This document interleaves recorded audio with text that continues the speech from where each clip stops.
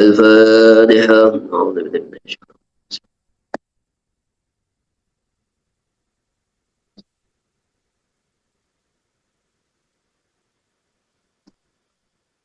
بسم الله الرحمن الرحيم.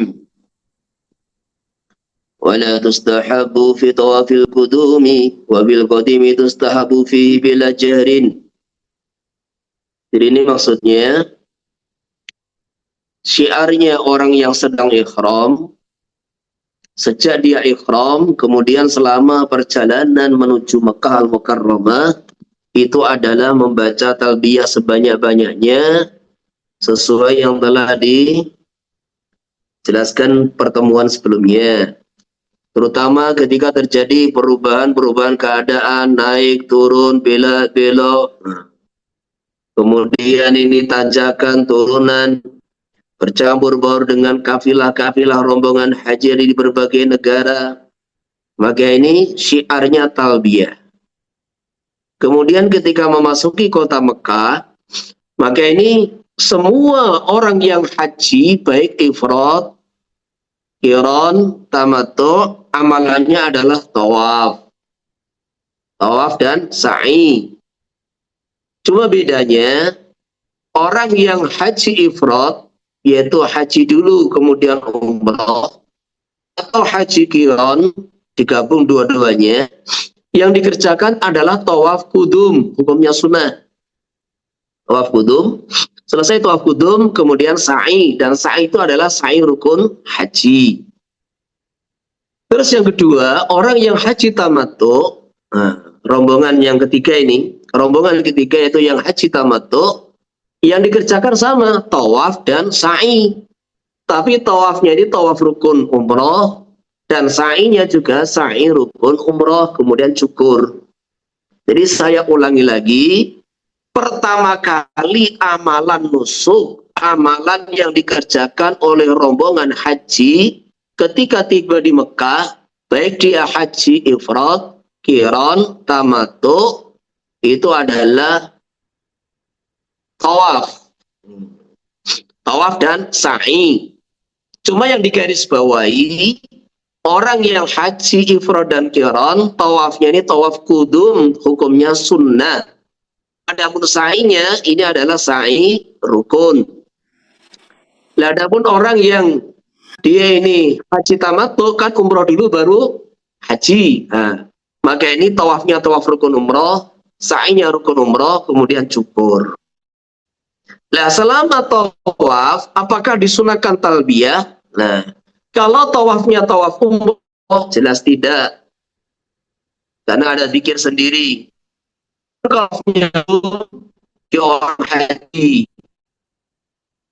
Orang yang haji ifrad atau qiran ada dua pendapat. Yang muhtamad tidak disunahkan, ini qaul jadid. Qaul qadim disunahkan tetapi tanpa mengeraskan suara. Walau labbaik Allahumma labbaik labbaik la syarika laka labbaik innal hamda wan ni'mata laka wal mulk la syarika lak. Wa idza ra'a ma yujibu, ketika melihat sesuatu yang membuat kagum diri, kagum hatinya, sesuatu yang dia takjub, dia kagum, mengaguminya, maka supaya ini tidak masuk dalam hatinya, yaitu ingat akhirat. Kalau dia mengatakan labbaik innal aisha aishul akhirah, al di sini alil haqiqah. Sesungguhnya kehidupan yang sempurna, kehidupan yang sesungguhnya adalah kehidupan di akhirat. Wa idza faragha min talbiyatihi, ketika selesai talbiyah sallallahu alaihi nabi, bersalawat atas baginda Nabi sallallahu alaihi wasallam, wa sallallahu ta'ala al-jannah wa ridwana, mohon ridhonya Allah dan surganya, wasta'adha bihi minan nar, dan mohon perlindungan kepada Allah dari api neraka. Jadi talbiyah 3 kali, salawat, kemudian Allahumma inna nas'aluka ridhaka wal jannah wa na'udzu bika min sakhatika wan nar. Labbaik Allahumma labbaik labbaik la syarika laka labbaik innal hamda wan ni'mata laka wal mulk لا شريك لك. Tiga kali Allahumma salli ala Sayyidina Muhammad wa ala ali Sayyidina Muhammad kama sallaita sallamta ala Sayyidina Ibrahim wa ala ali Sayyidina Ibrahim wa barik ala Sayyidina Muhammad wa ala ali Sayyidina Muhammad kama barakta ala Sayyidina Ibrahim wa ala ali Sayyidina Ibrahim bil alamin innaka Hamidum Majid. اللهم إني أسألك رضاك والجنة وأعوذ بك من سخطك والنار. لبيك اللهم لبيك لبيك لا شريك لك لبيك إن الحمد والنعمة لك والملك لا شريك لك. Jadi ini dibaca sepanjang ihram. Dan nanti ketika tawaf ada doanya sendiri. Ketika sa'i ada doanya sendiri.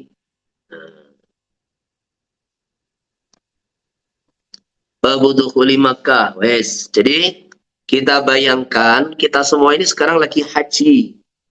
Jadi kita bayangkan kita semua ini lagi haji. Sekarang kemarin kita sudah ihram, umpamanya itu sudah ihram, entah itu haji, ifrad, qiran, atau tamattu umroh dulu. Nah sekarang kita tiba di Mekah. Atau kita mau masuk kota Mekah. Masuk kota Mekah. Al-afdalu dukhuluha qabla tawafi. Yang paling utama masuk kota Mekah sebelum qabla al-wuqufi, sebelum wukuf di Arafah. Wa yaktasila dakhiluha min tariqil Madinah bidhi tuwa.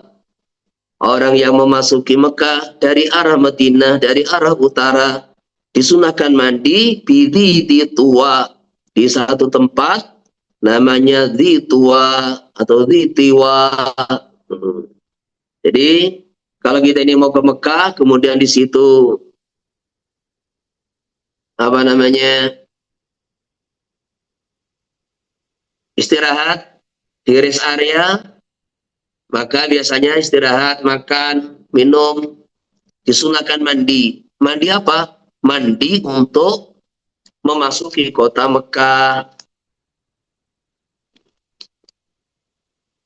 Wa yadkhuluha min thaniyati kada, kemudian dia memasuki kota Mekah dari arah thaniyati kada, bukit kada.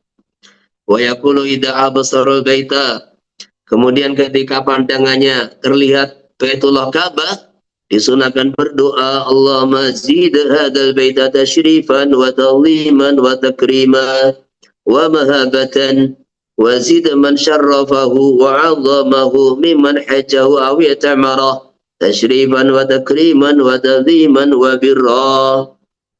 Allahumma antas salam wa minkas salam wa hayyina rabbana bis salam. Jadi ini perhatikan, kenapa yang kita baca dalam kitab-kitab ini agak berbeda dengan praktek sekarang.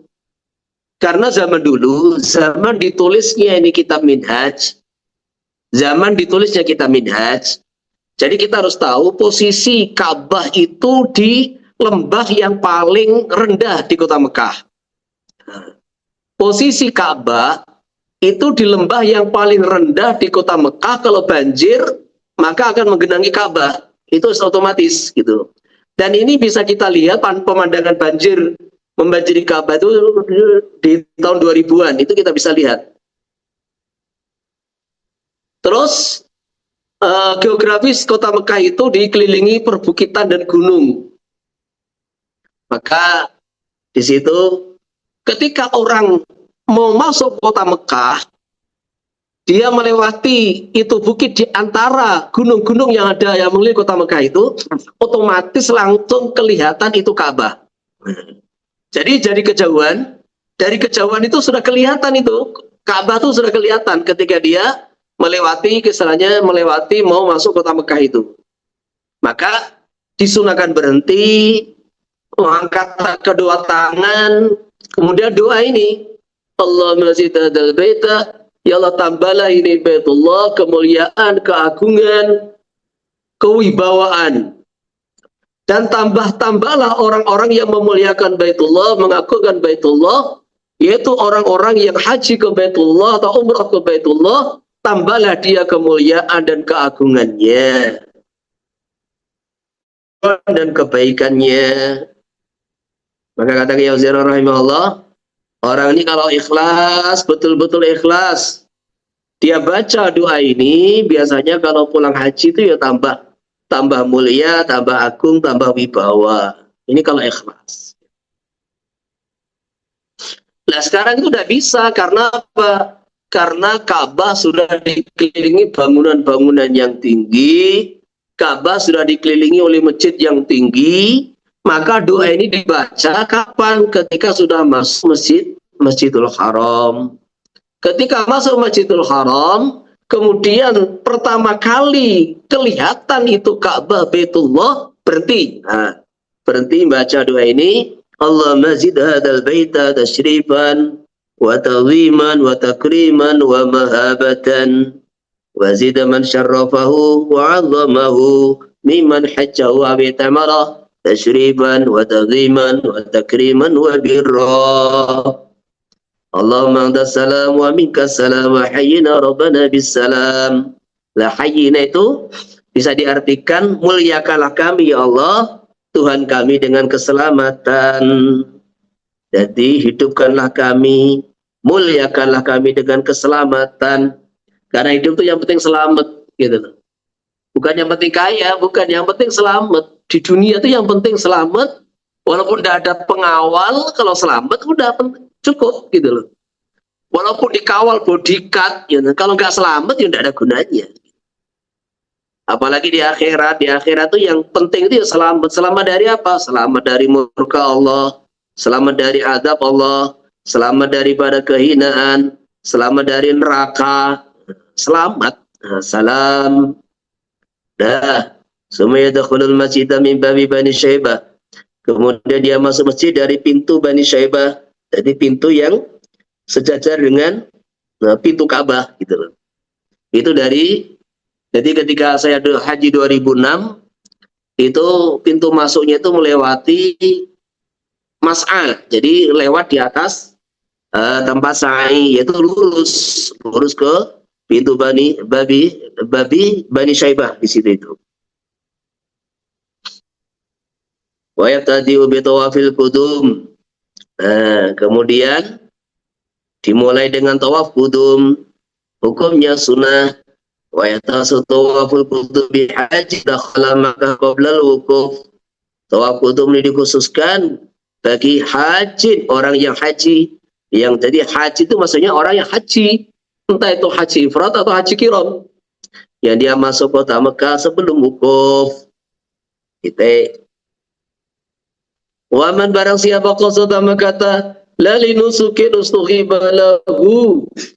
Barang siapa memasuki kota Mekah tujuannya bukan untuk ibadah haji umrah, ustuhiba lahu ayuhrima bihajina umratin, maka disunahkan bagi dia untuk haji dan umrah. Wa biqaulin yajibu, satu pendapat wajib, illa yatakarrara dukhuluhu ka khatabin wa sayyadin, kecuali kalau dia mundar-mandir sering masuk luar kota Mekah, seperti orang yang mencari kayu bakar, orang yang berburu, kayak orang-orang kerja itu, orang yang kerja, sopir taksi, mundar-mandir keluar masuk kota Mekah, maka itu nggak wajib.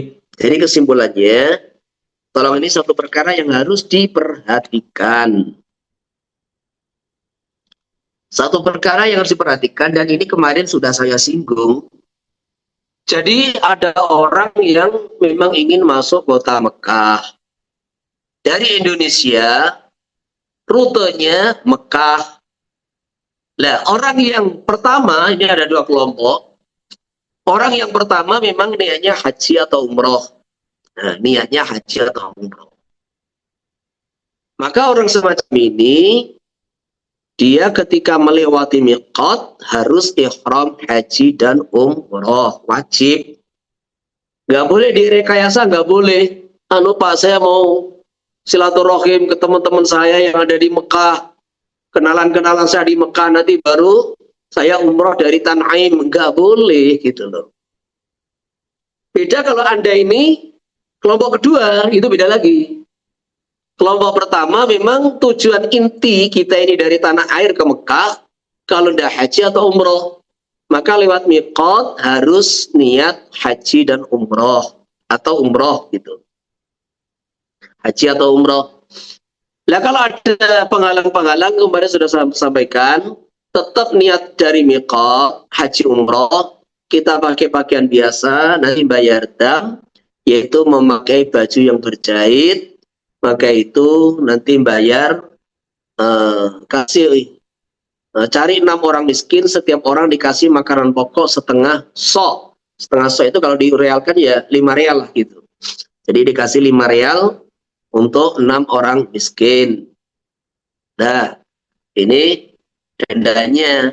Tidak boleh masuk kota Mekah, alasannya itu nggak ada persiapan kain ikram di pesawat, dan kemudian terus ikram dari Mekah.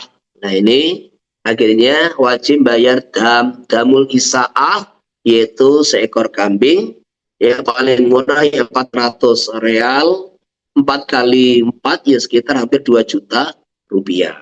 Mahal jadinya gitu. Ini sudah saya bahas kemarin. Nah kelompok kedua, orang memang tujuannya ke Mekah itu bukan haji umroh. Tujuannya bukan haji umroh. Tujuannya apa? Nah, dia TKI, dia mau kerja, atau tujuannya itu dakwah. Ini jamaah dakwah. Nah orang yang begini ini tidak wajib, tapi sunnah gitu loh. Nah pendapat kedua, ini salah satu pendapat Imam Syafi'i radhiyallahu anhu, wajib walaupun dia ini tujuannya itu bukan haji umroh, dia wajib, kecuali kalau berulang-ulang maka tidak wajib. Ini sepakat, orang yang mundar-mandir ke Mekah karena kesibukan itu nggak wajib niat haji atau umroh. Ya termasuk mamanya ini termasuk orang yang sudah selesai umroh di Mekah, kemudian dia ini safar ke Taif. Nah, padahal Mekah Taif itu ya di atas 2 marhalah gitu. Dia safar ke Taif. Maka dari Taif masuk kota Mekah, ini juga sunnah. Sunnah ihram tidak wajib. Ini pendapat yang kenapa? Karena dia ke Mekah kan memang tujuannya bukan untuk umroh gitu loh. Dia mau ziarah ke Taif, ke Mekah untuk apa? Ya ke Mekah nunggu kepulangan gitu loh. Ke Mekah dari Taif itu mau ke hotel untuk nunggu kepulangan. Maka di sini ini dia tidak wajib untuk niat ihram, tapi sunnah. Faslun fi ma yutlabu fit tawaf. Nah, sekarang tata cara tawaf. Ini tata cara tawaf itu ada yang wajib, ada yang sunnah. Kemudian sebelum kita bahas, tawaf itu macam-macam. Jadi tawaf itu macam-macam. Ada tawaf rukun haji. Nanti dikatakan tawaf ifadah. Itu tawaf untuk rukun haji. Ada tawaf rukun umroh. Ya namanya rukun umroh gitu aja. Nah, tawaf yang merupakan rukun umroh atau rukun haji ini harus dikerjakan, wajib. Nggak bisa diganti dengan dam, nggak bisa. Yang kedua, tawaf sunnah. Tawaf sunnah. Jadi kayak tawaf qudum itu sunnah. Tawaf tatawu kita setiap masuk Masjidil Haram disunahkan tawaf 7 kali. Nah, tawaf sunnah itu mau dikerjakan berkali-kali silahkan. Yang penting sekali khatam itu maksudnya ibarat sholat itu salam itu adalah 7 kali. Jadi kalau kita ini minimal dikatakan sekali tawaf itu ya mutar 7 kali, itu dikatakan sekali tawaf gitu loh. Harus 7 kali. Nanti kalau ingin 2 kali tawaf ya 14 kali. Ingin 3 kali tawaf 21 kali. Maka ada satu riwayat dari Sayyidina Abdullah bin Umar radhiyallahu anhu, beliau pernah tawaf tatawu di Mekah yaitu 5 kali. Nah, 5 kali yaitu berarti 35 kali putaran. Jadi beliau pernah tawaf sunnah mengelilingi Ka'bah itu sebanyak 7 tawaf, artinya bukan 7 putaran, 5 tawaf. 5 tawaf ya 5 kali 7 yaitu 35 putaran. Saya ingin meniru pernah itu baru berapa? Baru 21 kali putaran sudah nggak kuat lanjut gitu. Kemudian yang ketiga, ada tawaf wada, nanti akan dibahas sendiri. Yang keempat, tawaf wada ini juga wajib, walaupun ada khilafiyat itu. Kemudian yang keempat ada tawaf nadar, yang dinadarkan ini juga wajib hukumnya. Jadi ada tawaf rukun haji, rukun umroh, ada tawaf kudum, itu sunnah, ada tawaf tatawu, yang di luar haji, di luar umroh. Jadi tawaf tatawu itu di luar haji, di luar umroh. Nah, kemudian ada tawaf wada, ada tawaf nadar. Yang wajib adalah tawaf rukun haji, rukun umroh, tawaf wada, tawaf nadar, itu wajib. Yang sunnah tawaf kudum, tawaf tatawu. Ini macam-macam tawaf, dari seluruh macam tawaf tadi. Nah, ini ada aturan-aturannya, tata caranya sebagaimana akan disebutkan. Li tawafi bi anwa'ihi, bagi tawaf dan dengan seluruh macamnya tawaf seperti yang saya sebutkan tadi, wajibatun wa sunanun. Ada perkara-perkara yang wajib dan perkara-perkara yang sunnah. Amal wajibatu, ada pun perkara yang harus dikerjakan dalam tawaf. Amal wajibatu, ada pun tawaf yang wajib, benar. Wajib atau wajibu ini kok salahnya dengan anda beda ini. Adapun perkara yang wajib itu aja, amal wajibatu. Ayo, yang benar ada jamaah itu. Jadi wajibatun wa sunanun. Amal wajibatu, adapun perkara-perkara yang wajib dalam tawaf. Istaratu, maka istirahat dalam tawaf. Qasatul aurati, menutup aurat. Wa taharatul hadasi wan najas, suci dari hadas dan najis. Walau hadasa bihi tawaddu'a wa bana, kalau dia ini tengah-tengah tawaf maka langsung wudu dan melanjutkan. Wa biqalin yastanifu, dia wajib memulai dari awal sebagaimana salat. Wa yaj'alal baita an yasarihi, dia wajib menjadikan Ka'bah di sebelah kirinya. Wa mutadiyan bil hajaril aswadi, dan dia wajib mulai dari hajar aswad. Muhadiyan lahu fi mururihi bi jami badanihi, dengan sejajar kepada hajar aswad dikala lewat dengan seluruh badannya, dikala berjalan dengan seluruh badannya. Falau bada bi ghairil hajari, kalau sampai dia memulai dengan selain hajar aswad, sudah selain hajar aswad, dari selain hajar aswad, lam yusab, maka tidak dihitung putaran tersebut. Faidan ta ilaihi, kemudian ketika dia sudah sampai ke hajar aswad, ibtada minhu, maka dia wajib memulai dari hajar aswad. Walau masya'ala sadarwan, kalau dia ini berjalan di atas sadarwan. Sadarwan itu pondasi yang ada di bagian bawah bangunan Ka'bah. Jadi ini ada tembok, tadi ini ada tembok begini kan. Nah, tembok ini namanya tembok Ka'bah. Di bawah itu ada tonjolan keluar gitu, setengah meter. Jadi tonjolan keluar, nah itulah namanya sadarwan. Itu kalau sekarang itu ya ada di seluruh 4 sisi Ka'bah. Sampai yang ada di Hijr Ismail itu ada sedikit tapi. Jadi yang menonjol ada di 3 sisi Ka'bah selain Hijr Ismail. Kalau Hijr Ismail kecil aja itu. Jadi kalau dia ini berjalan di atas sadarwan, yaitu pondasi Ka'bah yang menonjol keluar, yang ada di bagian bawah tembok Ka'bah itu, atau masal jidara, atau dia mengusap tembok Ka'bah, fi muwazati di dalam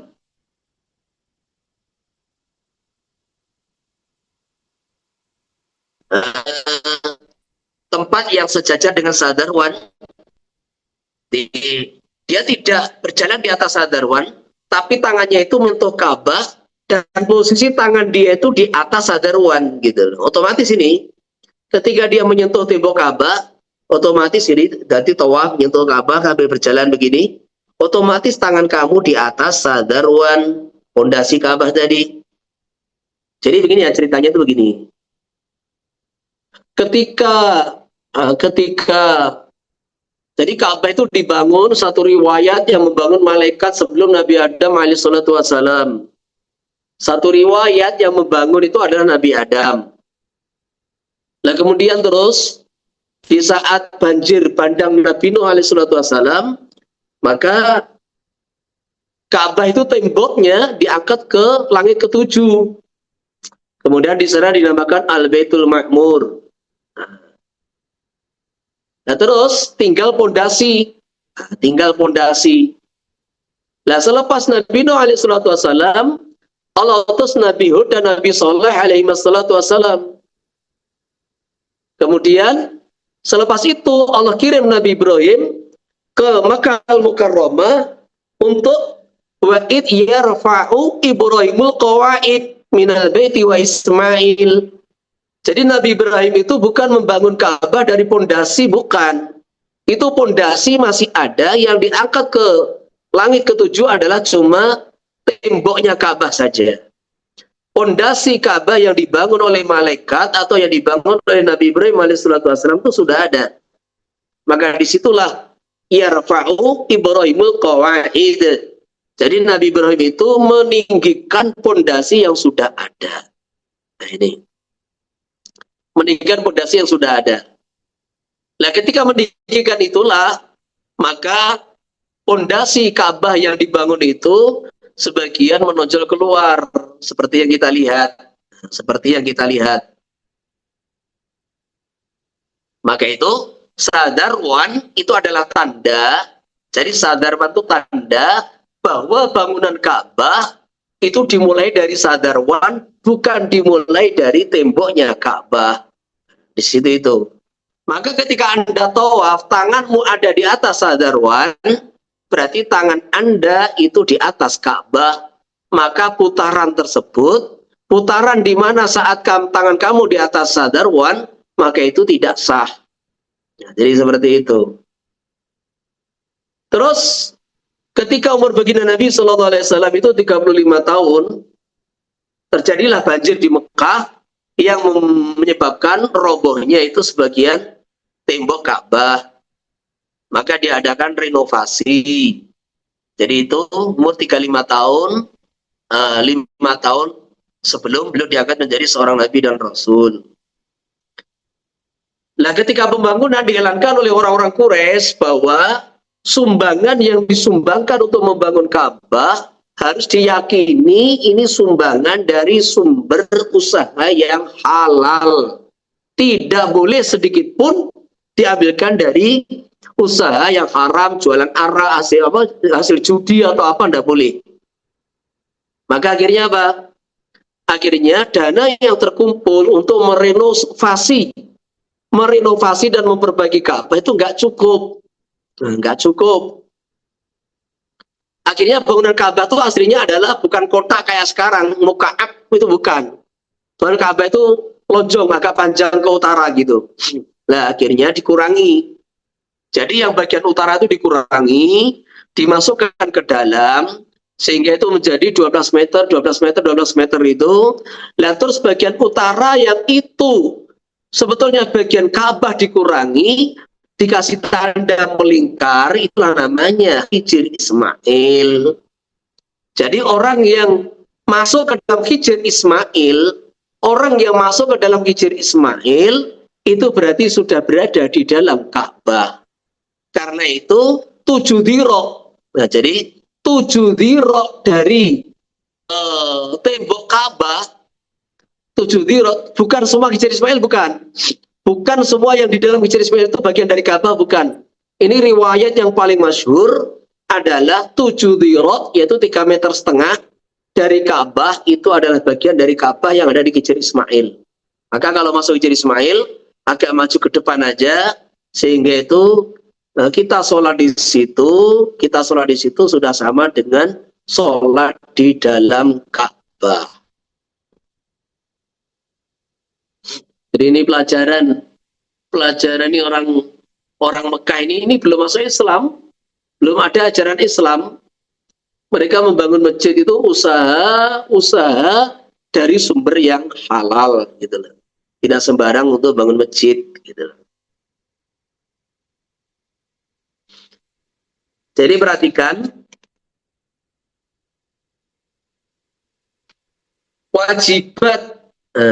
kewajiban perkara yang wajib dalam tawaf: satu, menutup aurat; dua, suci dari hadas dan najis; ketiga, Baitullah harus di sebelah kirinya; keempat, dimulai dari Hajar Aswad. Kemudian nanti kelima berikutnya. Jadi sudah 4 itu.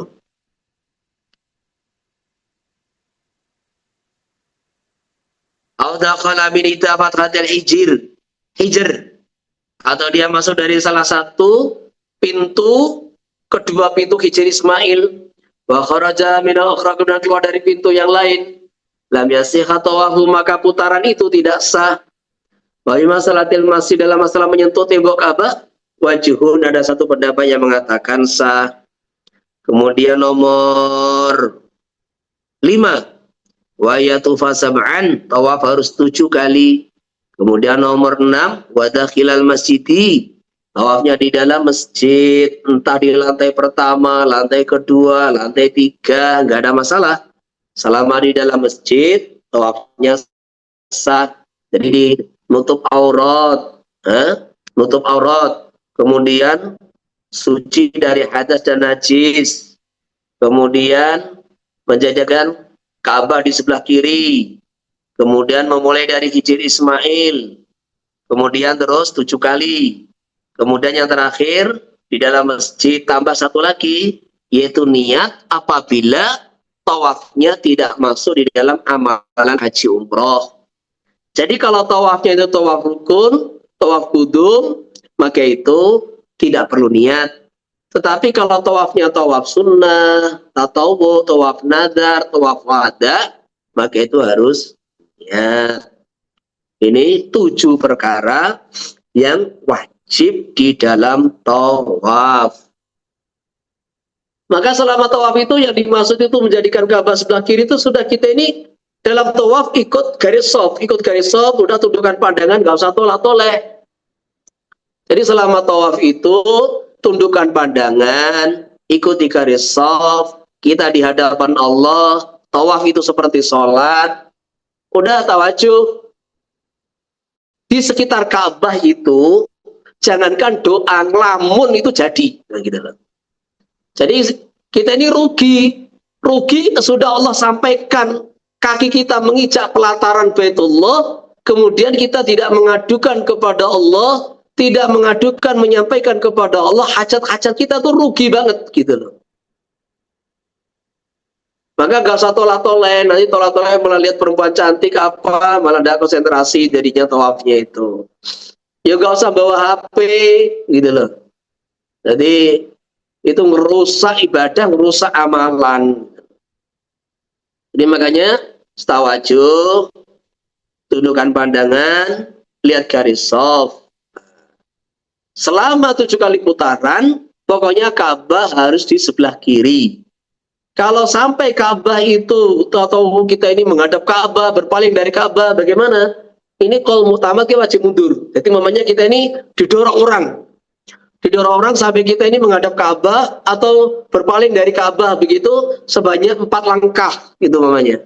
Maka wajib mundur 4 langkah, kemudian memulai berjalan menjadi ke depan, menjadikan Ka'bah di sebelah kiri. Ini qaul yang utama dalam mazhab Syafi'i, walaupun Imam Baghawi mengatakan itu nggak apa-apa gitu loh. Jadi Imam Baghawi mengatakan itu nggak ada masalah. Wa masnanu, ada sunah-sunah tawaf, fa'iyatu famasyian, surahnya tawaf dengan berjalan kaki. Adapun baginda Nabi sallallahu alaihi wasallam tawaf menaiki kendaraan, karena beliau mengajari manasik haji, tata cara ibadah haji. Kalau tidak ada hajat, maka tawaf yang terbaik itu dengan berjalan kaki, bukan dengan naik kendaraan. Wa yastalimal hajara, mengusap hajar aswad awal tawafi, di awal tawafnya. Wa yuqabbilahu, kemudian mengecupnya dengan bibirnya. Wa yadu'a jabhatahu alaihi, dan meletakkan jidat di atasnya. Jadi perhatikan, ketika kita ini ditakdir oleh Allah bisa masuk itu ke dalam hajar aswad. Jadi hajar aswad itu dulu batu besar putih, kemudian banyak dosa jadi hitam, banyak diusap oleh manusia yang berdosa, diusap oleh tangan-tangan yang berdosa, akhirnya jadi hitam. Yaitu apa namanya,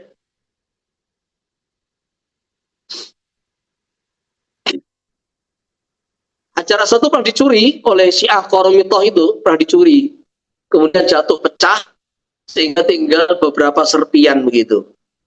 Maka kalau kita ditakdir dimudahkan, ini biasanya paling mudah tuh lewat pintu Ka'bah ke Multazam, tempat antara pintu Ka'bah dengan kemudian ke kiri gitu. Maka pertama kali diusap dengan tangannya. Selepas diusap dengan tangannya, maka dikecup dengan bibirnya. Selepas dengan bibirnya, maka yang terakhir adalah yaitu apa? Meletakkan jidat kita di atas hajar aswad. Jadi adabnya seperti itu. Bain ajaza, kalau dia tidak mampu istalama, mengusap dengan tangannya. Bain ajaza asyara biyadihi, kalau nggak mampu maka isyarat dengan tangannya, kemudian dia cium itu tangannya. Jadi bismillahirrahmanirrahim, nah, kemudian dicium tangannya. Wa yura'i dzalika bi kulli tawfatin. Nah, semua sunah-sunah tadi disunahkan setiap putaran. Jadi kulli tawfatin fa'latin, disunahkan setiap putaran. Jadi mengusap hajar aswad, kemudian mengecup, kemudian meletakkan jidat, itu disunahkan setiap putaran. Wala yuqabilu ruknaini asyamiyaini, tidak disunahkan mengecup dua sudut Ka'bah, yaitu rukun Iraqi dan Asyami. Wala yastalimuhuma, dan tidak disunahkan mengusap dengan tangannya kepada rukun Syami dan Iraqi. Jadi 4 sudut Ka'bah itu, yang pertama namanya rukun Hajar Aswad. Terus selepas itu rukun Iraqi, karena itu arah Irak sana. Kemudian Asyami, karena ke arah Syam. Terus Yamani, itu yang keempat. Nah, dari 4 sudut itu, yang disunahkan mengecup cuma Hajar Aswad. 2 sudut berikutnya tidak. Lah, rukun yang keempat, sudut keempat, disunahkan mengusap tangan. Wa yastalimul yamani wa la yuqabiluhu, disunahkan mengusap rukun Yamani dan tidak disunahkan mengecupnya. Kalau nggak mampu maka ya isyarat dengan tangannya saja. Wala yaqula wala tawafi, disunahkan mengucap di awal tawafnya bismillahirrahmanirrahim. Allahumma imanan bika wa tasdiqan bi kitabika wa wafan bi ahdika wa tibali sunnati nabiyika Muhammad sallallahu alaihi wasallam. Wal yakul qubalatal bait, kemudian selepas berjalan maka sejajar dengan pintu Ka'bah.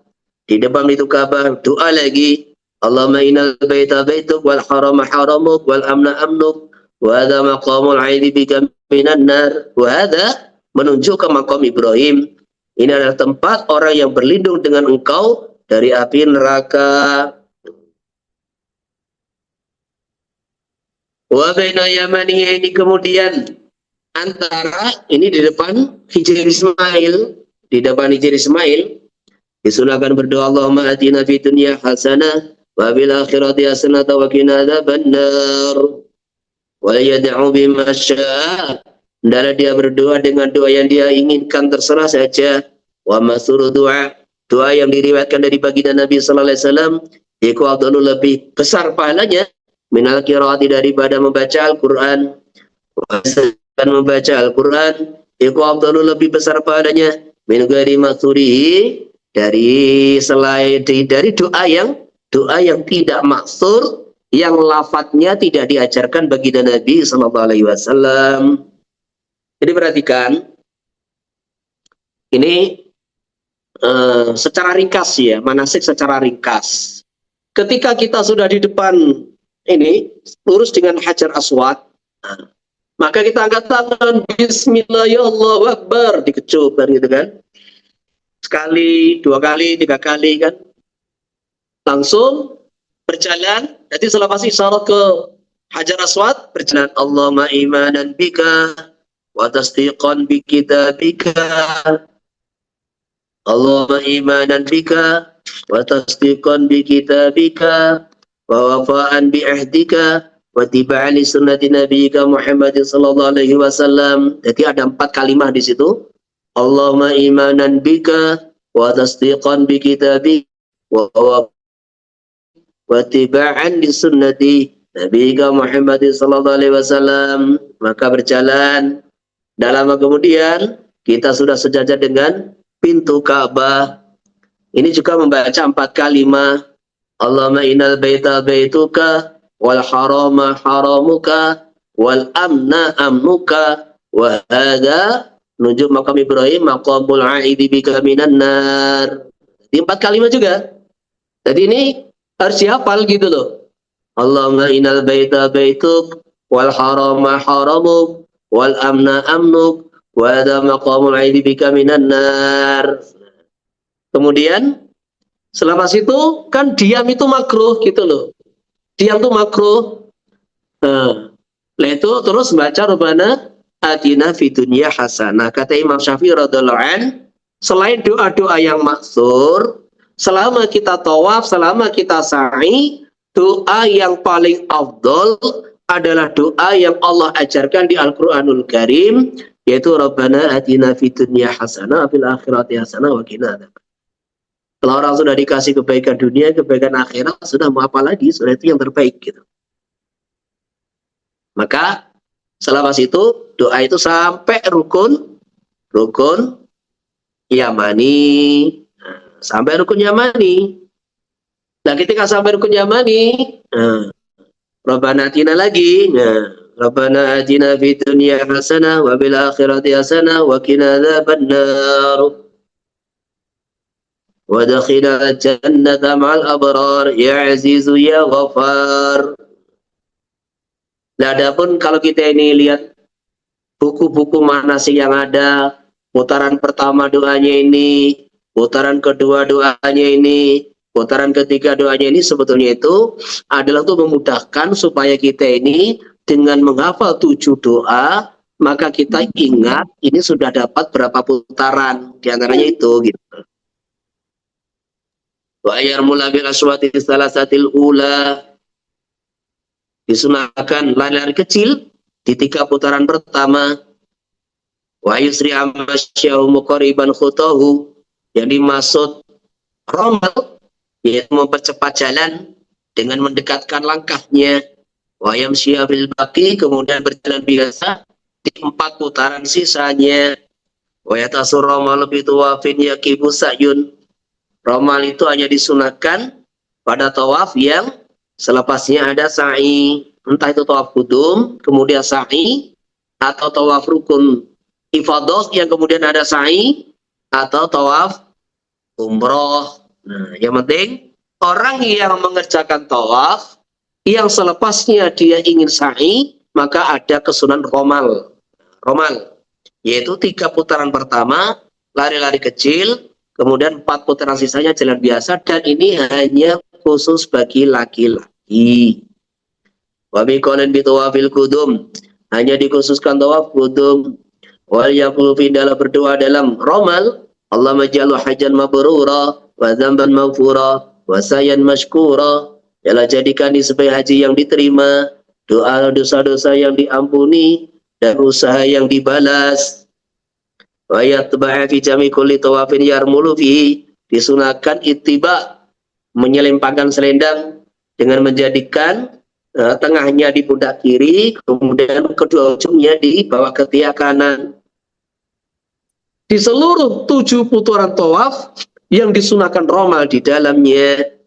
Wa kadza fi sa'yi 'ala sahih, begitu pula di dalam sa'yi 'ala sahih menurut pendapat yang sahih. Jadi kesimpulannya, kalau kita lihat mazhab lain kayak mazhab Hambali, dalam sa'yi itu ya, jadi kita ini pakai kain ikram itu selama ikram itu di atas pundak semua. Kita mulai ikram sampai tahallul. Jadi posisi kain ikram itu di atas 2 pundak begitu, di atas 2 pundak. Terutama ketika sholat. Disunahkan ittiba yang disepakati adalah ketika tawaf. Tawaf yang selepasnya ada sa'i. Tawaf yang ada sunnah romal. Otomatis tawaf yang selepasnya ada sa'i. Nah terus ketika sa'i, apakah masih ittiba? Jadi selepas tawaf kan sholat sunnah 2 rakaat tawaf. Itu kan selendang di atas pundak. Nah selepas itu ketika mau sa'i, apakah diselimpahkan lagi atau tidak? Di dalam mazhab Syafi'i ada 2 pendapat. Ada 2 pendapat di sini. Secara periwayatan madhab, pendapat yang sahih yang diunggulkan oleh ashab, yang dipakai oleh ashab adalah ittiba dikiaskan dengan tawaf. Pendapat kedua tidak. Pendapat kedua ketika sa'i, kedua ujung sudah di atas pundak. Alasannya apa? Tidak ada satupun hadis yang menjelaskan disunahkan ittiba di saat sa'i. Bahwa yang dimaksud ittiba jalu wasati ridai tata mangkibil aiman. Jadi menjadikan bagian tengah ridanya, selendangnya di bawah ketiak kanan dan kedua ujungnya di atas pundak kiri. Wala tarmulu mar'atu wala tatabi'u. Wanita tidak disunahkan lari-lari kecil, juga tidak disunahkan ittiba. Wa yaqruba minal bait, disunahkan mendekat ke Ka'bah. Fala fatara malu bil qurbi li zamatin. Kalau hilang itu kesunahan romal tidak bisa dikerjakan disebabkan dekat dengan Ka'bah li zamatin karena desak-desakan. Wa ramalu ma'budin aula, maka mengerjakan romal dengan menjauh dari Ka'bah itu lebih diutamakan. Illa ya khabasatu man nisa, kecuali dikhawatirkan tabrakan dengan perempuan. Wal qurbu bila romalin aula, maka mendekat ke Baitullah tanpa romal itu lebih utama. Wa yuwali tawafahu, terus menerus dalam tawaf. Jadi 7 putaran itu terus menerus, tidak di sela-sela yang lain. Tadi mamanya. Baru dapat 3 putaran terus batal gimana? Ya minggir. Itu sekarang alhamdulillah lah, sekarang itu di pinggir basemen itu, jadi di pinggir lantai pertama itu sudah banyak tempat wudhu sekarang. Alhamdulillah, dulu tidak ada. Jadi sebaiknya gini, kita ketika tawaf itu menyiapkan namanya kispray. Jadi kispray yang berisi air itu disiapkan. Tujuannya apa? Tujuannya nanti kalau kita ini batal, tinggal minggir ke belakang, kemudian wudhu pakai kispray itu semprot, udah gitu. Jadi tata caranya semacam itu. Kemudian meneruskan dari tempat di mana dia hadas. Wa yusolli ba'da raka'ataini khalfal maqam. Disunahkan sholat selepas tawaf 2 rakaat di belakang makam Ibrahim. Yaqra bil ula qul ya ayyuhal kafirun. Rakaat pertama membaca qul ya ayyuhal kafirun, wa tsaniyati al-ikhlas. Wa yajharu lailan, kemudian bacanya kalau malam hari dibaca keras, kalau siang hari dibaca lirih. Wa bi qaulin tajibul muwalah was salat, satu pendapat yang lemah, muwalah dalam tawaf dan sholat 2 rakaat itu wajib. Walau hamala al-halalu muhriman, kalau ada orang halal menggendong orang yang ikhram wa tawafi dan dia bawa tawaf, khusiba lil mahmul, maka tawafnya sah untuk orang yang digendong. Wa kadza law hamala muhrimun qatafa nafsihi, begitu pula sah untuk orang yang digendong apabila yang menggendong adalah orang ikhram yang dia sudah tawaf untuk dirinya sendiri. Jadi perhatikan, kalau ada orang digendong kan gitu kan, Ini tawaf dihitung untuk siapa? Surah pertama, yang digendong orang yang tawaf, yang menggendong orang yang halal, bukan orang yang ikhram gitu loh. Jadi yang digendong orang yang ikhram, yang menggendong orang yang sudah tidak ikhram, maka jelas tawaf sah untuk orang yang digendong. Yang kedua, sama-sama masih ikhram. Ini gendong ya, sama-sama masih ikhram. Maka ini kalau orang yang menggendong tadi sudah tawaf untuk dirinya sendiri, maka sekarang yang sah adalah untuk yang digendong. La wa illa, apa wa illa ini? Kalau kedua-duanya sama ikram dan yang menggendong dan yang digendong sama-sama belum tawaf, fal asah, maka pendapat asal yang diunggulkan anna in qasata lil mahmul falahu wa in qasata li nafsi walahuma falil hamili. Ditinggal niatnya. Kalau niatnya untuk orang yang digendong, ya sah untuk orang yang digendong. Kalau dia niatkan untuk dirinya sendiri atau dua-duanya, ya sah untuk orang yang menggendong saja. Nah, adapun dorong kursi roda, nggak ada kaitan. Ini yang dibahas yang gendong, orang digendong. Adapun orang yang duduk di kursi roda, kemudian dia mendorong, dua-duanya orang yang ikhram, maka ini sah untuk masing-masing. Yang dorong, ya sah untuk yang dorong. Yang duduk di kursi roda, ya sah untuk dia sendiri. Nggak ada kaitan di situ itu. Faslun bima yahtimu bitawafa. Perkara yang dia digunakan untuk mengakhiri tawaf. Yastalimul hajar pada tawafi. Disunahkan mengusap hajar aswad selepas tawaf wassalati dan selepas salat 2 rakaat tawaf. Sumaya yakhruju min babis sofa lisa'yi. Kemudian dia keluar dari pintu sofa untuk mengerjakan sa'i. Wa sartu ayyabta bis sofa wa yas'a sab'an. Jadi syaratnya itu apa? Dimulai dari Bukit Sofa dan harus 7 kali. Nah, itu aja. Dimulai dari Bukit Sofa harus 7 kali, tidak disyaratkan suci, tidak disyaratkan untuk aurat, enggak gitu. Dhabu minas Sofa ilal Marwa marratun. Sekali jalan dari Sofa menuju Marwa dihitung sekali. Wa'adu minha ilai ukhra. Kemudian kembali dari Marwa ke Sofa dihitung hitungan yang lain. Wa yasabata tawafi ruknin, syarat ketiga, dia harus sa'i selepas tawaf rukun au kudumin tawaf kudum. Biaitu la yatakhalalu baina al-wuqufi bi Arafah. Syariat tidak boleh dipisah antara keduanya, yaitu tawaf dan sa'i tidak boleh dipisah dengan di Arafah. Wa man sabata qudumin lam yu'idhu. Orang yang haji ifrad, haji qiran, dia sudah sa'i selepas tawaf qudum, maka tidak diperintahkan mengulangi nanti selepas tawaf ifadah. Wa yustahabu ayyarqa 'ala Safa wal Marwa qadra qamatin. Disunahkan naik ke Bukit Sofa Marwah seukuran setinggi manusia dengan mengangkat tangannya. Wa idza raqiya qala, ketika sudah naik maka dia membaca doa Allahu Akbar, Allahu Akbar, Allahu Akbar walillahil hamd. Allahu Akbar ala ma hadana walhamdulillah ala ma aulana. La ilaha illallah wahdahu la syarika lah, lahul mulku wa lahul hamdu yuhyi wa yumiit, biyadihil khairu wa huwa ala kulli syai'in qadir. Tsumma yad'u bima syaa dinan wa dunya. Kemudian dia berdoa apa saja dia inginkan, baik urusan dunia urusan agama. Ultimah menambahkan wa yu'idu dzikra, disunahkan mengulang-ulang zikir, wa doa dan doa, sanian wa salisan 2 kali, 3 kali dan seterusnya. Wallahu alam. Wa yamshi wala sa'i, disunahkan berjalan biasa di awal sa'i, wa akhirah dan di akhirnya sa'i. Wa yadua fil wasati, kemudian lari kencang di tengah-tengah.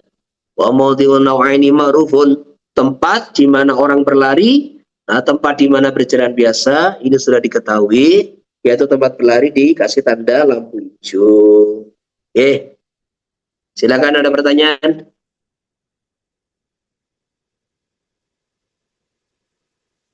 Ada pertanyaan? Assalamualaikum Ustaz. Mau tanya tentang itu. Ya. Mau tanya tentang orang yang daimul hadas itu. maknanya untuk dia tawaf itu. Kemudian tentang solatnya. Apa tawaf kudum atau tawaf rukun itu.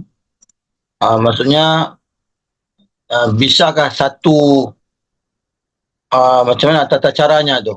Maknanya untuk kan dia mau semayang maghrib, kemudian bisakah dengan wudu dengan apa wudunya itu untuk dia tawaf itu Jadi langsung. khusus orang yang dia ini daimul hadas, maka cari waktu yang tidak benturan dengan sholat wajib. Nah, gitu. Jadi orang yang ada masalah dengan daimul hadas, karena ini tawaf ini perkara wajib, tidak bisa digabung dengan sholat wajib, tidak bisa digabung dengan sholat wajib, maka dia kalau mau mengerjakan tawaf rukun, tawaf umroh, tawaf haji, jangan dibarengkan dengan waktu-waktu sholat. Karena dia bisa memulai tawaf kapan? Ya malam hari atau pagi hari, jam 8 pagi, kemudian selesai jam 9, kan gitu kan. Jadi sekarang ini nggak terlalu padat lah. Karena apa? Karena yang masuk ke pelataran Ka'bah itu hanya orang-orang yang berpakaian ikhram gitu loh.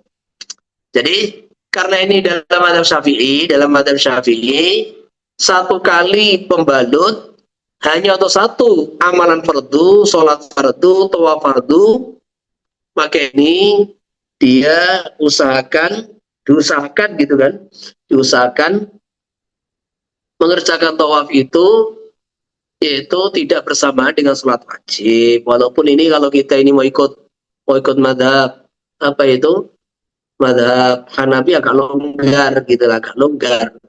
Tetapi kita ini sebaiknya nggak usah mencampur selama itu bukan urgent banget, tidak darurat, bisa diusahakan, bisa dikerjakan, maka carilah waktu untuk tawaf wajib itu yang tidak dibarengkan dengan sholat wajib. Nah, itu arahnya begitu itu.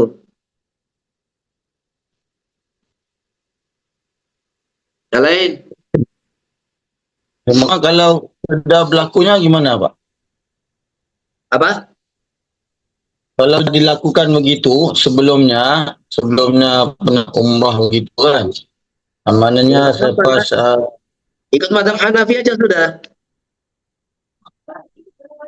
Ya sudah ikut madhab ya, Hanafi, taklid badal amal kan boleh.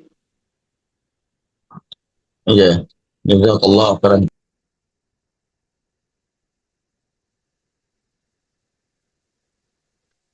Dan sebetulnya madhab Hanafi itu juga tidak terlalu longgar banget ya enggak. Madhab Hanafi itu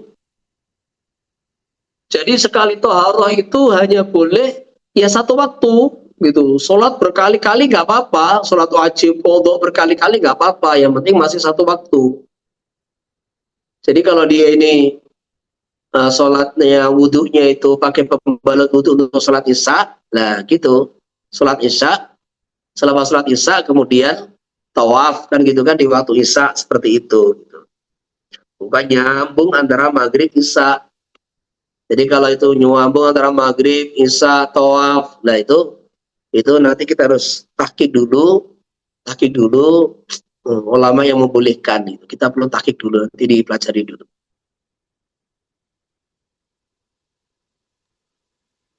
Terus yang lain, Terus ya.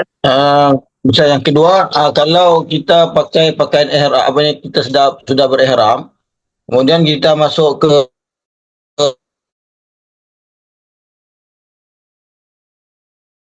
kita tutup kepala. Kita buang qada aja itu kita tutup kepala. Lupa kita sudah berihram. Gimana jalannya itu? Jadi melakukan pelanggaran ihram yang sifatnya bukan itlaf. Sifatnya bukan itlaf kayak pakai minyak wangi, pakai baju berjahit bagi laki-laki, nutup kepala bagi laki-laki, nutup muka bagi wanita. Itu haram dan wajib bayar dam itu syaratnya sengaja dan tahu. Nah gitu loh. Jadi kalau itu nggak sengaja, maka itu tidak haram, juga tidak wajib bayar dam. Kemudian yang kedua, pelanggaran yang sifatnya itlaf, motong rambut, motong kuku, lah itu atau membunuh binatang buruan. Nah, itu walaupun nggak sengaja tetap wajib bayar dam. Jadi nggak sengaja itu ya hanya berpengaruh kepada dia nggak dosa gitu loh. Hanya berpengaruh dia nggak dosa. Tapi babul itlaf itu dalam kaidah usuliyah madzhab Syafi'i. Jadi babul itlaf itu bagian daripada sabab. Lah sabab itu bagian daripada al-ahkamul wadu'iyah. Ahkamul wadu'iyah. Lah ahkamul wadu'iyah itu tidak disyaratkan harus taklif gitu loh. Jadi dia ini kayak anak kecil, orang gila itu menurut saya wajib ganti, walinya wajib ganti dari harta dia, dari hartanya anak tadi kan gitu kan. Maka ikut kaidah itu dikiaskan dengan kaidah itu dalam madzhab Syafi'i, orang yang tidak sengaja motong rambut, motong kuku, nah itu ya, tetap wajib bayar dam. Tapi dalam madzhab Hambali, yo dan bedanya itlaf bukan itlaf itu kalau orang nggak sengaja tidak ada dam. Ini madzhab Hambali. Oke, apa lagi?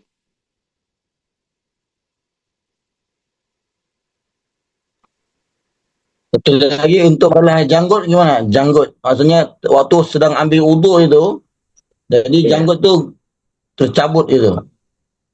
Kamu itu kalau diajak bicara ikut kaidah, jangan terlalu fokus kepada furu gitu loh.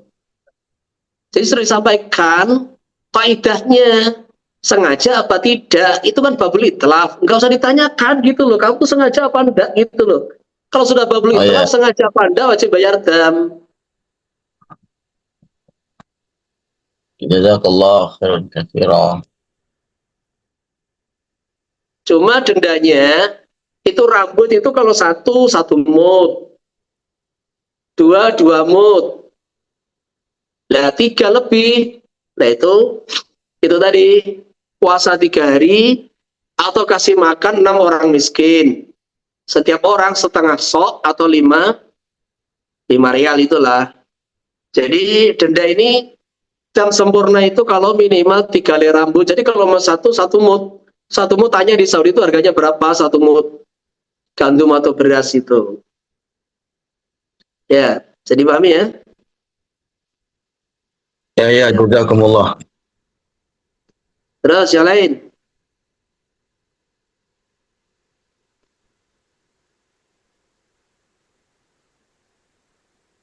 Bisa lagi Pak mau nanya?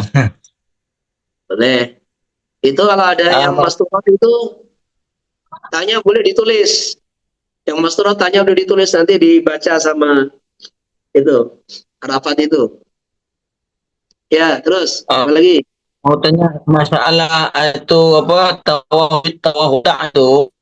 Maknanya kalau orang yang mau pergi ke Taif, kemudian mau pulang balik, mau kembali semula ke Mekah, adakah itu harus dia tawaf wada' itu? Itu khilafiyat itu. Khilafiyat. Eh,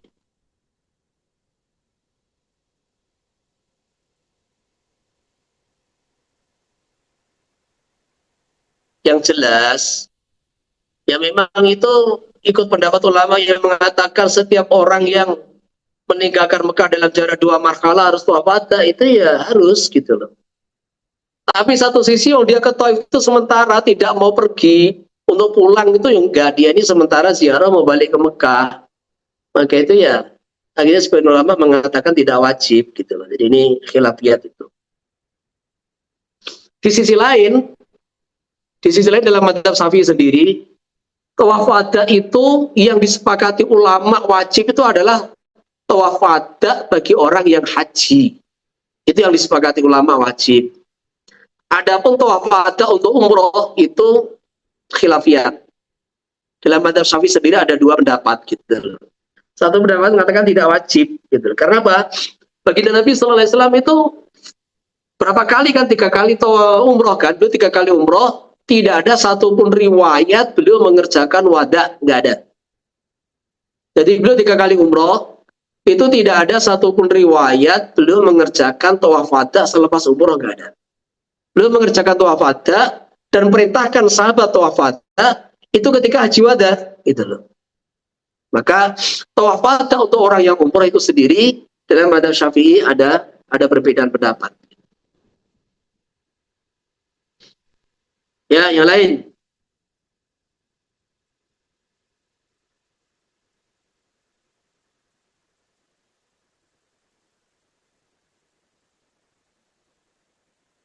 Ada enggak?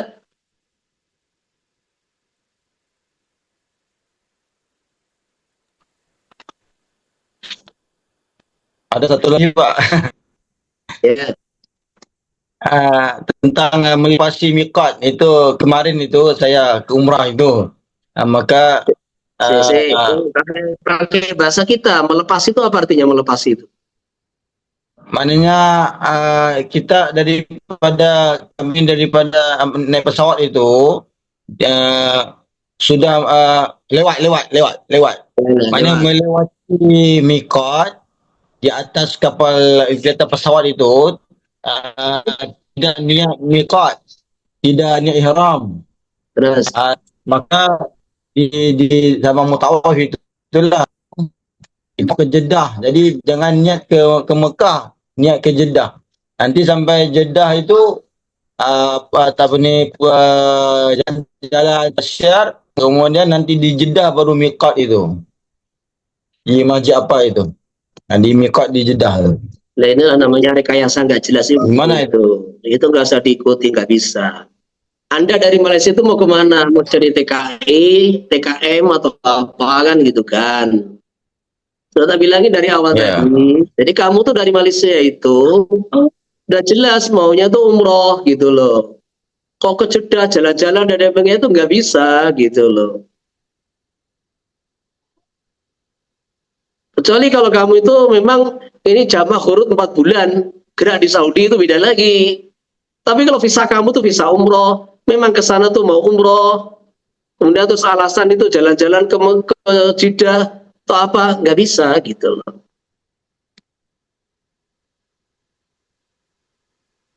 Jadi kalau sudah melakukannya gimana? Sudah, minta seekor kambing. Udah beli kambing di Mekah sana. InsyaAllah. Murah saja kok kambing kok, gampang. Beli kambing, ya sudah di Mekah sana. Nah, kambing cuma berapa atau lebih murah daripada iPhone kan? Beli kambing itu untuk bayam itu. Iya, kita punya kawan-kawan. Banyak itu di Mekah itu ada kawan dari Indo, kawan dari Malaysia. Tolong belikan kambing di sana, di kandang nanti disembelih, bagikan ke fakir miskin orang Mekah sudah. Wakilkan dia untuk. Iya. Ya, insyaAllah. Mudah-mudahan dimudahkan Allah. Jazakumullah khairan. Atau khilafiahnya belum menemukan itu. ya Allah. Jazakumullah khairan.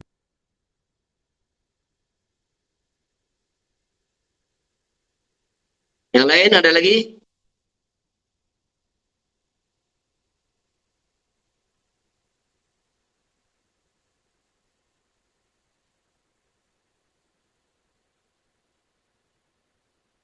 Kalau nggak ada lanjut. Jadi ini mukadimah. Nah, mukadimah sebelum besok kita ini bicara mengenai wukuf. Ini ya, jadi orang haji itu inti daripada ibadah haji itu adalah cuma 6 hari. Itu yang sempurna. Start tanggal 8, jadi aktivitas haji di Mekah itu terutama kayak orang haji tamattu kan gitu kan. Dari Indonesia kita dari Ikhram, dari Miqat, dari Dzul Khulaifah Madinah, gelombang pertama, atau dari atas pesawat kan gitu kan. Nah sampai Mekah itu adalah ini haji tamattu. Haji tamattu yaitu niat Ikhram umroh sampai Mekah, tawaf 7 kali, sa'i 7 kali cukur.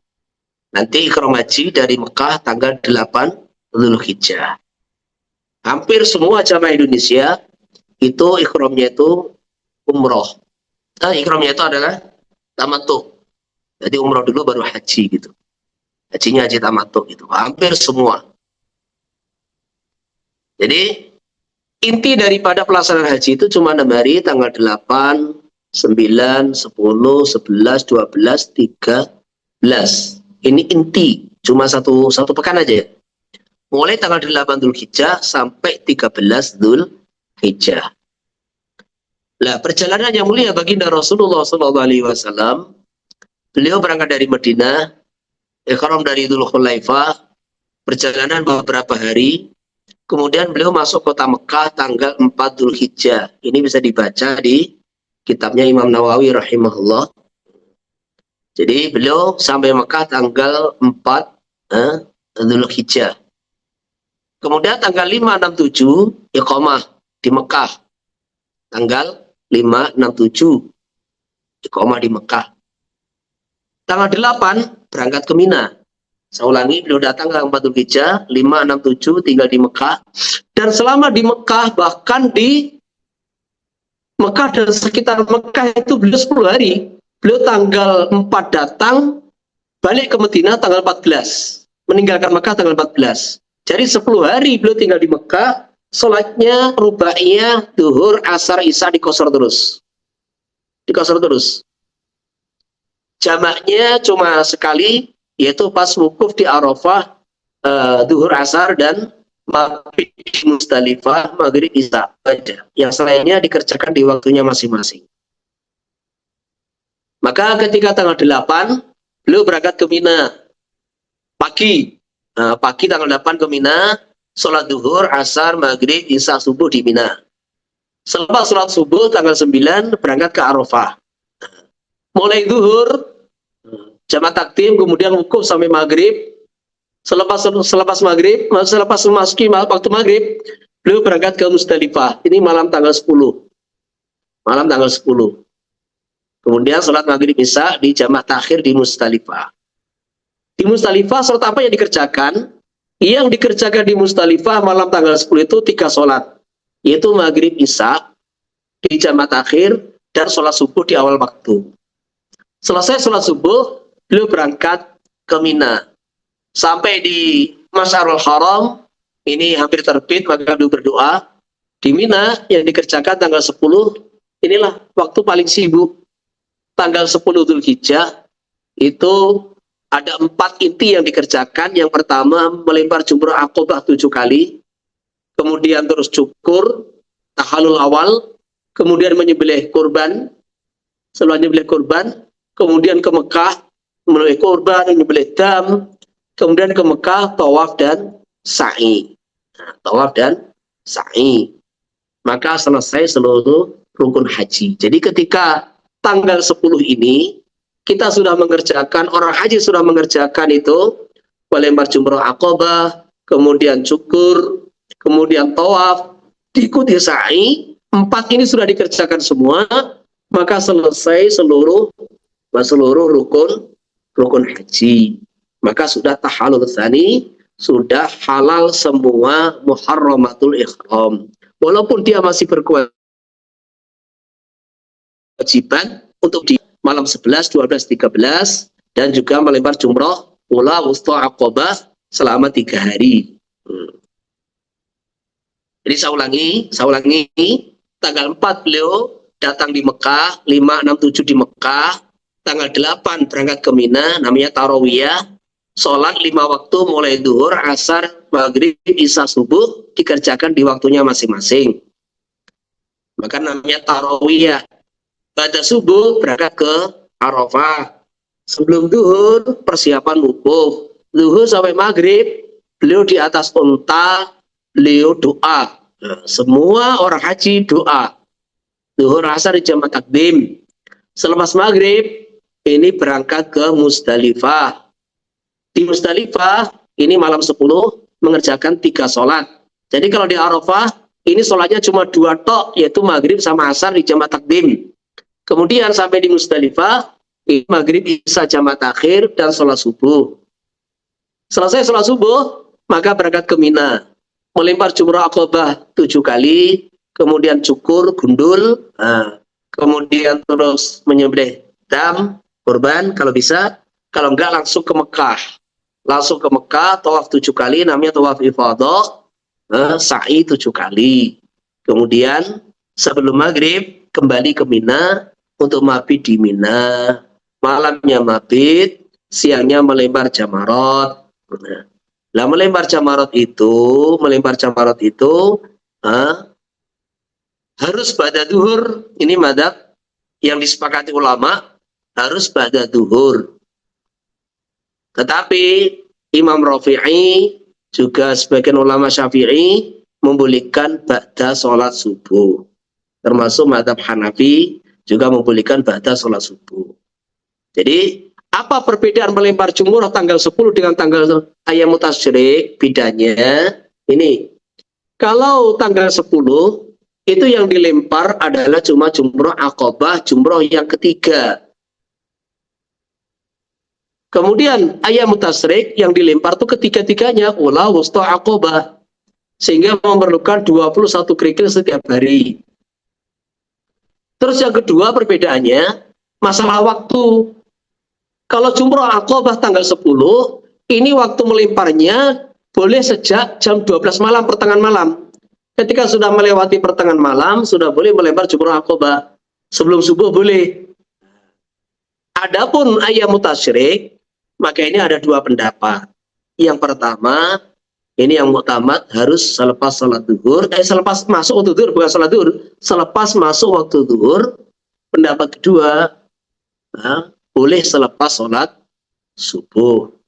Jadi dari ulama-ulama 4 madhab, baik itu imamnya, baik pengikutnya, tidak ada satupun riwayat yang membolehkan melempar jumroh di ayam tasyrik sebelum sholat subuh. Kalau sekarang tuh ada fatwa-fatwa dari sebagian ulama kontemporer membolehkan, itu nggak usah dipakai. Karena apa? Karena tidak ada urgennya. Jadi kondisi jamarot sekarang tuh nggak kayak dulu lagi. Sekarang jamarot tuh 4 tingkat atau 5 tingkat, dan itu longgar, sangat aman, tidak ada masalah gitu loh. Tidak ada urgen, tidak ada darurat untuk mengambil waktu sebelum subuh di dalam melempar jamarot di ayam tasyrik. Jadi kalau nggak bisa pada duhur, ya sebelum duhur, yang penting selepas sholat subuh. Nah selepas itu, bagi orang yang haji ifrad, umroh dulu, kemudian selepas umroh, tawaf wada. Bagi yang haji qiron atau haji tamato, selesai tinggal tanggal 13 Dzulhijjah, selesai tanggal 13 Dzulhijjah itu, maka boleh langsung tawaf wada pulang gitu. Jadi seperti itu. Ini kalau ingin mengerjakan yang sempurna, yaitu nafar tsani, meninggalkan Mina tanggal 13 Dzulhijjah. Kalau ingin nafar awal, meninggalkan Mina tanggal 12 Dzulhijjah, ya sudah, yang penting tanggal 12 itu kita sudah melempar jamarat, dan sebelum maghrib harus meninggalkan Mina. Jadi ini gambaran 6 hari amalan daripada ibadah haji. Kalau umroh mah gampang gitu. Sampai ke Mekah, tawaf, sa'i, cukur, 2 jam, 3 jam selesai. Tapi kalau haji ini, ya setahun sekali, ya di hari itu tidak boleh pindah-pindah, setahun cuma sekali pelaksanaan ibadah haji. Intinya 6 hari itu dihafal. Tanggal 8 dari Mekah menuju Mina, di Mina mulai zuhur sampai subuh, sholat 5 waktu di waktunya masing-masing. Kemudian ke Arafah, di Arafah sampai maghrib, sholat yang dikerjakan duhur asar saja. Kemudian ke Musdalifah, 3 sholat dikerjakan di Musdalifah. Nah, selepas itu, maka tanggal 10 itulah waktu yang paling sibuk di dalam melaksanakan ibadah haji. Udah, ada yang tanyakan? Yang tanya Kiai, Ya, terkait niat ihram di pesawat itu biasanya kan di Yalam ya, Yalam Lam. Yalam Lam itu kan 10.000 meter persegi. Pesawat itu dalam 1 menit bisa mencapai 15 kilometer.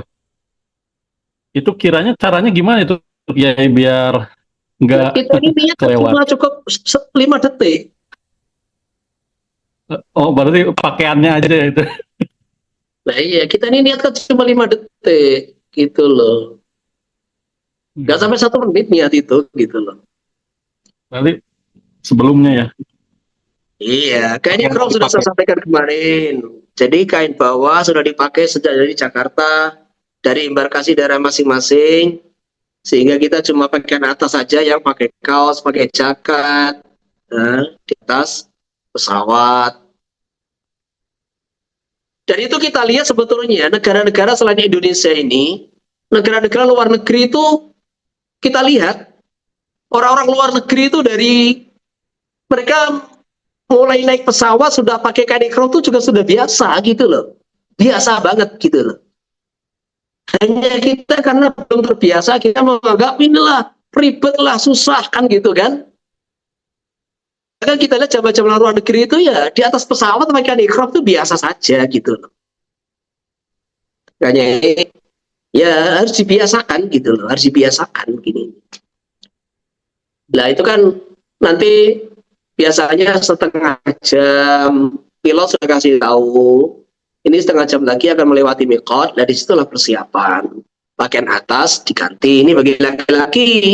Ini Mas Bro itu gak ada masalah kan, pakaian Mas Bro ya pakaian apa yang dia pakai itu sudah gak ada masalah gitu loh. Ini ribet ini ya cuma laki-laki aja gitu loh. Makanya itu dari Jakarta kalau sudah full pakai pakaian ikram ya lebih bagus. Kalau nggak bisa ya bawahnya saja, atasnya pakai kaos, pakai jaket. Nanti 1 jam, setengah jam sebelum melewati miqat akan ada pemberitahuan daripada itu, kemudian kita niat. Jadi niat itu ya jika tidak harus pas di atas Yalam Lam itu nggak harus. Gitu loh. Niat itu ya sebelumnya, mungkin 100 kilo dari sebelumnya, atau mungkin 10 kilo dari sebelumnya itu lebih baik. Gitu. Terus apa lagi?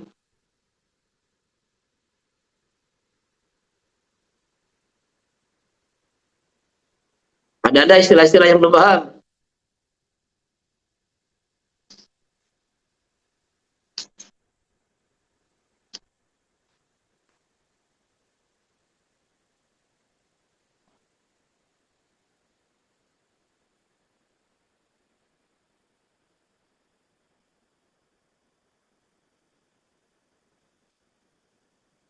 Jam berapa ini? Coba lihat. Lebih 42 kayak. Lebih Maksudnya? 42. Jam 9 lebih 42. 9.42. Masih. Coba baca lagi lah. Bismillahirrahmanirrahim. Faslun fil wuqufi bi Arafat.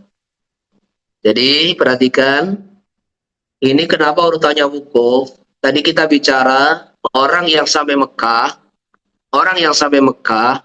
pertama kali dikerjakan tawaf 7 kali, sa'i 7 kali, baik haji, ifrad, qiran, tamattu. Nah kemudian tanggal 8 sekarang ini persiapan ke Arafah via Mina. Jadi transit di Mina semalam. Itu tidak ada lagi. Bukan sekarang. Program DEPAK, program daripada Kementerian Agama Indonesia, dari Mekah langsung Arafah, tidak ada tarawiyah karena itu akan menyulitkan transportasi.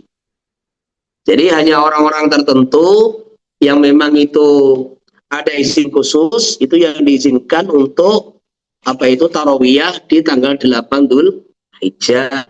Secara umum pemerintah mengangkut seluruh jamaah haji 220.000 Indonesia itu langsung ke Arafah malam 9, tidak ada mampir di Mina.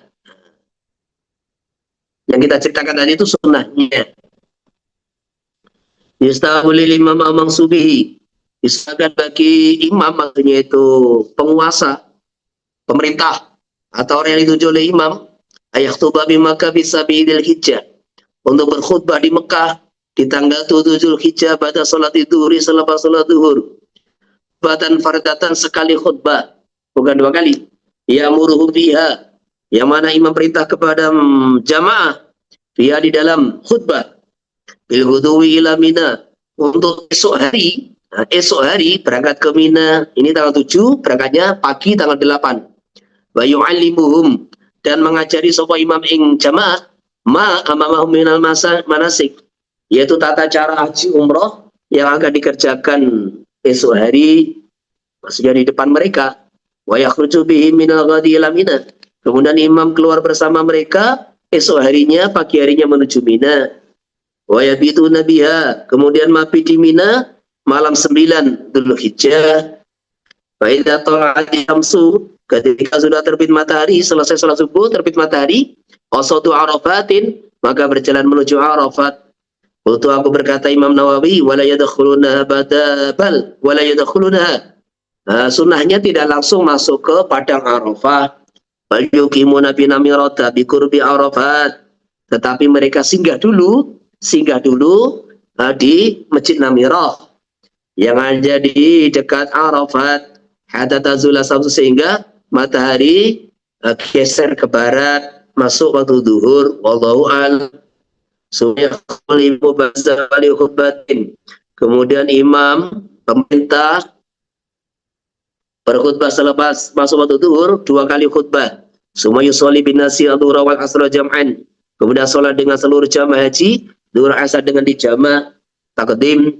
Wa yakifuna fi Arafah ila al-ghurub, dan wukuf di Arafah sampai maghrib. Inilah inti daripada haji, al-hajju Arafah.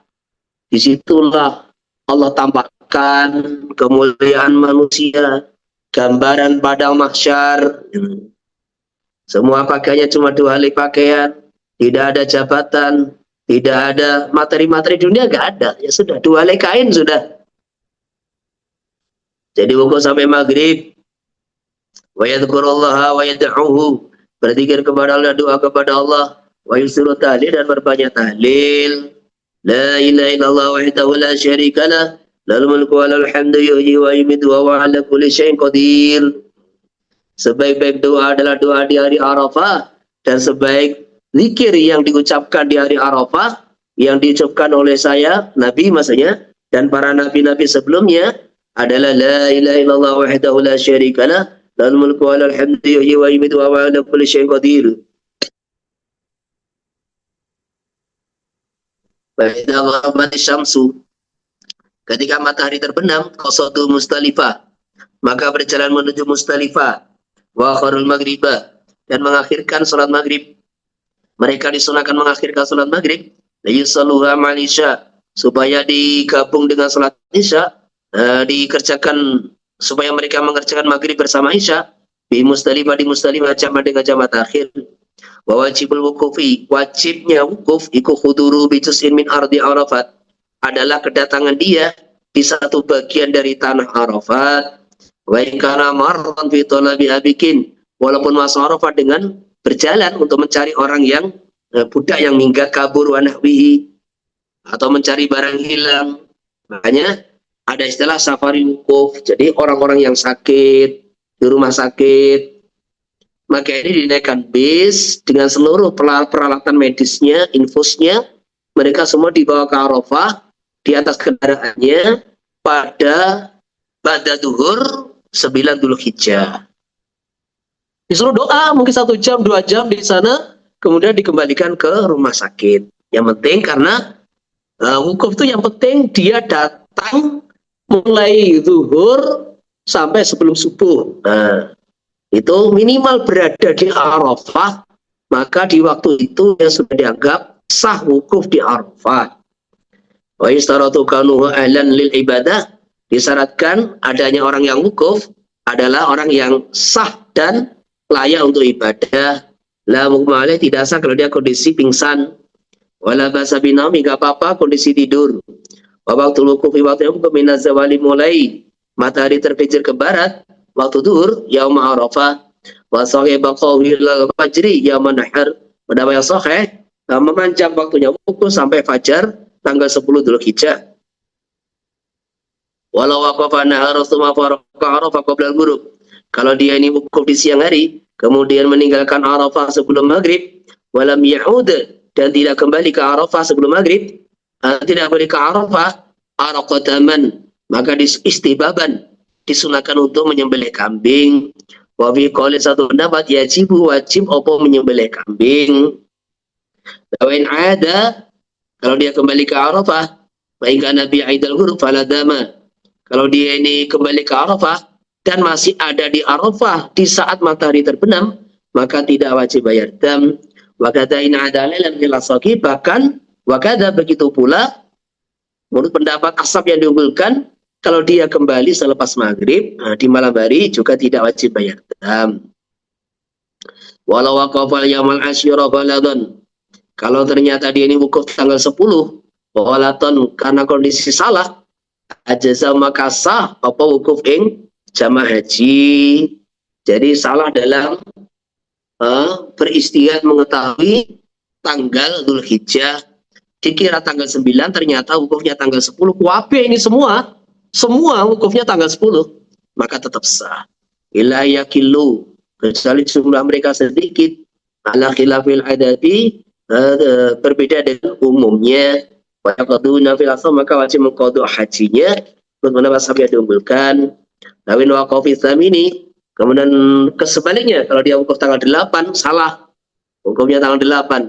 Wa amilu qabla al-wukuf, dan wa alimu, dan mereka mengetahui kesalahannya sebelum wukuf, wajib al-wukuf bil waqti, maka dia wajib wukuf di waktunya tanggal 9.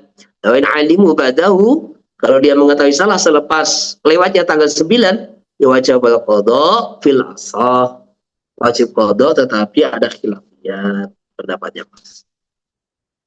Kedua tidak wajib qadha. Allah. Saya kira cukup. Ya mudah-mudahan diterima oleh Allah SWT. Allah kasih pemahaman, hafal, paham, bisa mengamalkan, menyampaikan kepada saudara-saudara kita. Gak ada yang tanya ya? Subhanallah, subhanallah. Assalamualaikum warahmatullahi wabarakatuh.